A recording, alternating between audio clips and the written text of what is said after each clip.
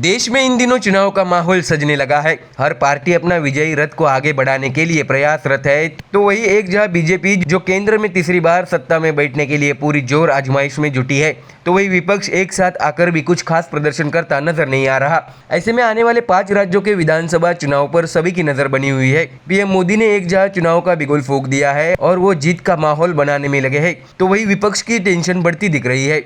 आपको बता दें कि आगामी लोकसभा चुनाव को देखते हुए सभी पार्टियों की ओर से तैयारी की जा रही है। इंडिया गठबंधन और बीजेपी रणनीति बना रही है।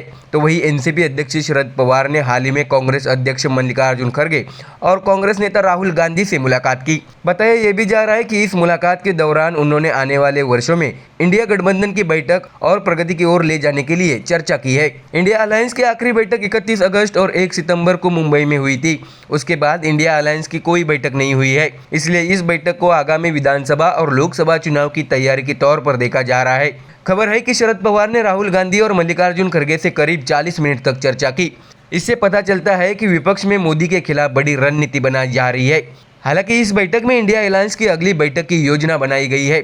इस दौरान इंडिया अलायंस के अगले कदम को लेकर भी चर्चा हुई, इसलिए इंडिया गठबंधन की जल्दी बैठक होने की संभावना है। आने वाले समय में इंडिया गठबंधन की बैठक कब होगी, इस पर सबकी नजर है।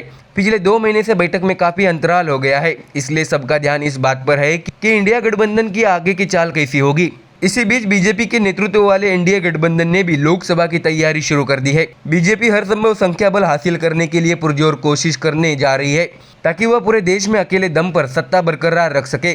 फिलहाल इंडिया गठबंधन के सामने बीजेपी की इन कोशिशों को नाकाम करने की बड़ी चुनौती है। ऐसे में यह देखना दिलचस्प होगा कि इंडिया गठबंधन किस तरह से अपनी रणनीति बनाती है।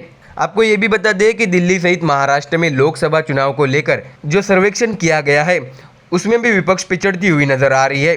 ऐसे में इंडिया गठबंधन का हर संभव प्रयास रहेगा कि वो बीजेपी को शिकस्त देने के लिए हर संभव कोशिश करते रहे। Bureau report, MDR news.